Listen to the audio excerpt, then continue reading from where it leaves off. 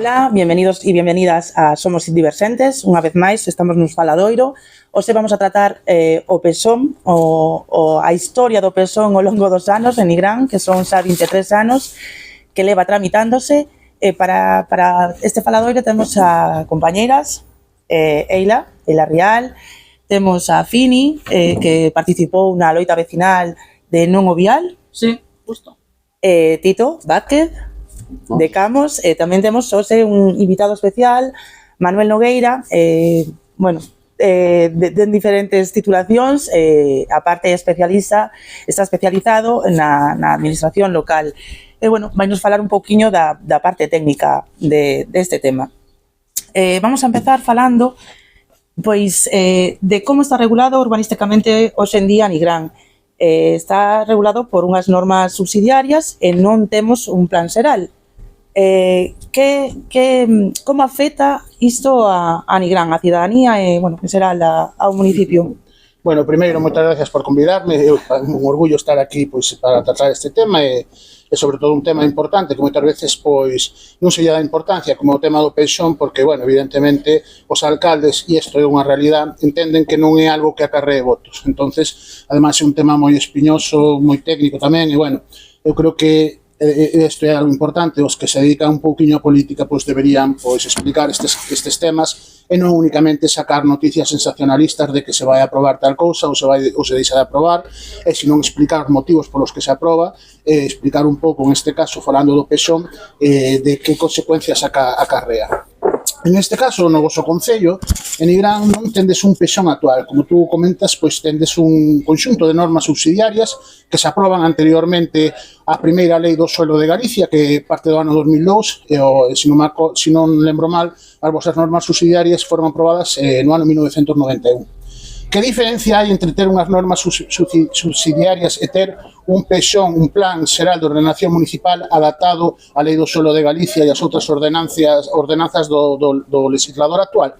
Pois o primeiro, ter un suelo, todo o suelo do concello ben clasificado e ben calificado. O primeiro, hai que diferenciar o que é a clasificación do suelo e a calificación, que parecen términos que poden dar un pouco de, vamos a decir, levar a males entendidos. A clasificación do suelo é en cantas clases se clasifica o suelo. A lei do suelo de Galicia, a diferencia de outras normas autonómicas, clasifica 4 tipos de suelo: o suelo urbano, suelo urbanizable, suelo rústico, que pode ser normal ou de especial protección, e o suelo de utilidade rural. Este suelo de utilidade rural non aparece en outras normas de outras comunidades autonómicas, aquí en Galicia sí. Entonces, eso sería a clasificación. A calificación é que tipo de utilidade vamos dar a cada clase de suelo. Por exemplo, o suelo urbano podemos calificar como suelo residencial ou terciario, por exemplo. É dicir, a calificación é o tipo de utilidade que llevamos a dar ese suelo para construir ou para non construir, evidentemente. Entonces, a diferencia de ter un pezón, un plan xeral de ordenación municipal actualizado, a diferencia de ter solo unhas normas, un conxunto de normas subsidiarias, o conxunto de normas subsidiarias permite que se poidan dar pelotazos urbanísticos. Por qué? Porque o pezón, no seu articulado, obliga a que quen redacta, neste caso, un plan xeral, igual que pode ser un plan sectorial ou unha modificación puntual, sean técnicos que teñan estudios superiores. É dicir, ten que ser un mínimo de 3 personas e un deles ten que ser un arquitecto e os outros teñen que ser, no vosso caso, no Concello de Nigrán, un ingeniero de minas e camiños e outro de costas, se non lembro mal. Pero un mínimo un grupo de 3 personas. Coas normas subsidiarias non fai falta isto. Podemos ter un arquitecto contratado por unha obra de servicio que redactaba estas normas subsidiarias, facía unha clasificación do chan a súa maneira e despois viñan os problemas que padecen moitos concellos en Galicia e en España, os pelotazos urbanísticos. Moi ben. En Nigrán agora mesmo está traballando con este tema desde fai uns anos unha empresa, está redactando o plan xeral unha empresa. Entón, isto que me estás contando que ten que ser un funcionario de carreira, non? Non sei, quen redacte, quen firme, que dice, o sea, que pasa aquí que non non está... Non os cuadran as Non, cousas. a mí non me cuadra, non. Sí, a ver, a redacción de calquer plan, tanto autonómico, que en este caso non estamos a falar deso, estamos falando dun plan xeral, igual que as modificacións parciales ou sectoriales que se fagan, ou incluso os estudios de viabilidade ou os estudios puntuales, teñen que estar redactados sempre por personal funcionario de carreira. Iso é o que nos di actualmente a Lei do Suelo de Galicia. Vale, hasta ahora non era así, hasta o ano 2006, pero do 2016, pero a partir do ano 2016 teñen que ser funcionarios de carreira. Vale, entonces temos que ter obrigatoriamente, nos marca a lei, un arquitecto e despois dous personas mínimo con estudios superiores en ingeniería, preferentemente ingeniería de camiños, de minas ou ingeniería marítima. E digo eu, estes funcionarios teñen que ter plaza no Concello, non pode ser, por exemplo, un funcionario de carreira doutra administración que sí pode ser. Depende, se os concellos, hai concellos pequenos que, de menos de, marco en 15.000 habitantes, o límite, a veces non teñen recursos para ter en nómina un arquitecto municipal, entonces acuden á Diputación. Que se facía hasta ahora? Hasta ahora o que se facía un contrato de servicio de obras, pero eso, volvo a repetir, eso creaba unha carteira clientelar entre o Concello e o propio arquitecto e podía traer perspicacias e pelotazos urbanísticos.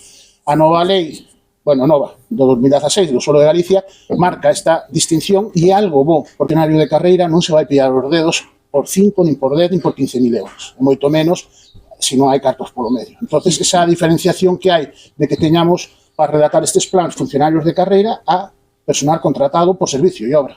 Xa, claro. E falando un pouco así de pelotazos urbanísticos, que non quero dicir que isto este pasando, pero bueno, o que notamos nos, a cidadanía de Nigrán, é que este plan xeral leva como que está un pouco oculto, porque non tes donde pois informarte de como está a situación, de como está o documento. Hai un enlace na web do Concello que te leva aos planos de cada parroquia, pero que non existe ningún informe sectorial, o sea, non podes saber tampouco como está plantexado realmente este plan xeral. Entón, ti a que crees que se debe este ocultismo, por chamarlle de alguna maneira, a ocultar a cidadanía este plan xeral? A ver, esa opacidade que se está dando neste caso no voso Concello, esa pouca transparencia, non creo que atenda pois a causas justificadas. É dicir, teño dúbidas con respecto a que non se obrase como se debería obrar. Non, a propia lei do Suelo de Galicia, no seu artigo 88, nos di que ten que haber publicidade de todos os documentos mentre se tramite e tamén unha vez aprobado o PESON e calquera plan sectorial, se fose o caso. Que non aparezcan en ningún lado é un pouco sospechoso. Además, estamos falando de informes que son unha memoria justificativa, un estudio de medio rural, un estudio de asentamento poboacional, tamén un estudio de mobilidade. É dicir, son documentos que se teñen que requerir a outras administracións e a outras entidades dependentes da Xunta de Galicia. Unha memoria de adaptación da protección do paisaxe, un estudio medioambiental. Tamén fan falta planos de afección sectoriales para cada sector e para cada área de reparto que se queira desenvolver de cara ao futuro, porque claro, se se aproba ese PESON, pero o día de mañá, se Nigrán crece en población, hai que dotar o demais terreno urbano e incluso tamén urbanizable, dependendo da cantidade de personal e de asentamento que se faga. Falta o estudio económico, falta tamén o catálogo de patrimonio dos bens que se teñen que protexer. Falta un informe de sostenibilidade económica, porque este PESON acarrea unhas responsabilidades, unhas cargas económicas que o Concello ten que facer cargo nos vindeiros anos. Falta tamén un informe completo das distintas normativas sectoriales. Como podedes ver, faltan moitos informes que con solo as 7 sábanas das 7 parroquias non se pode facer unha interpretación correcta do que se vai a aprobar, porque claro, ali ven delimitado os tipos de suelos que hai, pero se collemos as sábanas que temos agora coas primeiras, vemos que as delimitacións e as marcaxes non van a coincidir. Entonces, eu teño que basar en todos esos informes para conocer esas modificacións e as motivacións justificadas desas modificacións. Que non estean estes documentos todos, sí que é un pouco sospechoso. E vou repetir, o marca o artigo 87, 88, non me lembro ben agora, da Lei do Suelo de Galicia. É obligatorio que estes informes sexan públicos xuntos coas sábanas, cos planos delimitados das distintas parroquias. O señor alcalde, en febreiro, o señor alcalde, o goberno, en febreiro, o anterior goberno, en febreiro sacou unha nota de prensa dicindo que estaban todos os informes aprobados, que estaba todo xa moi adiantado e que, bueno, pois non faltaba nada para que se aprobase.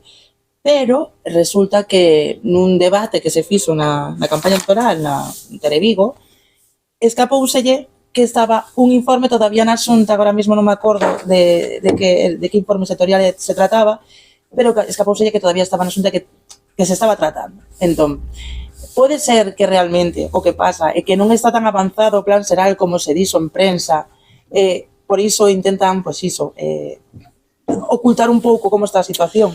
Pode ser que algúns destes documentos que eu acabo de comentar non nos teñan favorables. Eu sospeito moitísimo da retirada do vial da Xunqueira Saiáns con respecto á aprobación que fixo a Axencia Galega de Infraestructuras. Falamos dunha axencia que depende, aquí hai que porlle cor político a isto porque é a realidade. Falamos dunha axencia que depende do PP, da Xunta de Galicia, e aquí estamos falando dun concello gobernado polo PSOE. Entonces, claro, é moi difícil que a cambio de nada, falando en plata, pero estamos falando que este vial afectaba a miles de metros, que revalorizarían ou perderían o valor con respecto ao que teñen agora. Entonces, a min se me fai moi sospechoso que a cambio de nada a Axencia Galega de Infraestructuras aceptase esa retirada. Entonces, eu creo que tal vez van por aí un pouco os tiros. Teño as miñas dúbidas con respecto á retirada deste vial, vou repetir, que en algúns casos afectaría a revalorización, a alza e incluso a baixa de moitos miles de metros de fincas, de terrenos dos veciños, e que a cambio, pois esta Axencia Galega de Infraestructuras non lle pidise nada a cambio con respecto, pois, tal vez a metros cedidos para que nun futuro se fagan outras infraestructuras a precio ridículo aquí en Nigrán. O que se sabe é que a alternativa a ese vial, en principio, bueno, era pois transporte público, todo iso. Esa era a idea máis, a idea que tiñan en principio ou que vendían en principio, non? Pero sábese que o Concello enviou unha proposta á Axencia Galega de Infraestructuras na que, pois, fala de dous viales paralelos a carretera xeral, a PO 552, de este a oeste. Entón, pode ser que queren tamén tapar un pouco esos dos viales para que a xente se lle afecta na súa vivenda ou no seu terreno, pois iso.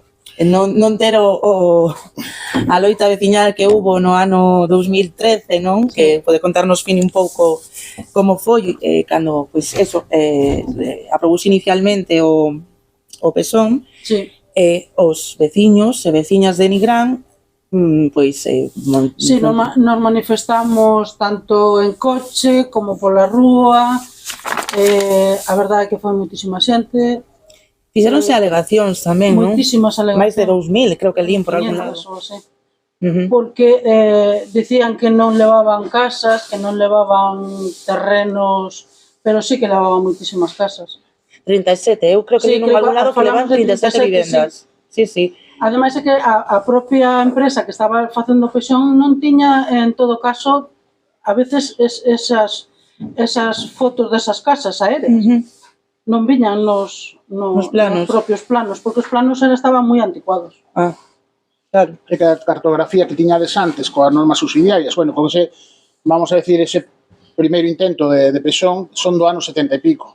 Claro, a día de hoxe, pois, evidentemente non van coincidir as delineacións, as áreas de reparto, as áreas de policía, é dicir, todo o que son as delimitacións tanto dos viales como das propias infraestructuras e edificacións do 70 e pico, ano 2020, vai haber unha diferencia enorme, evidentemente. Claro que sí.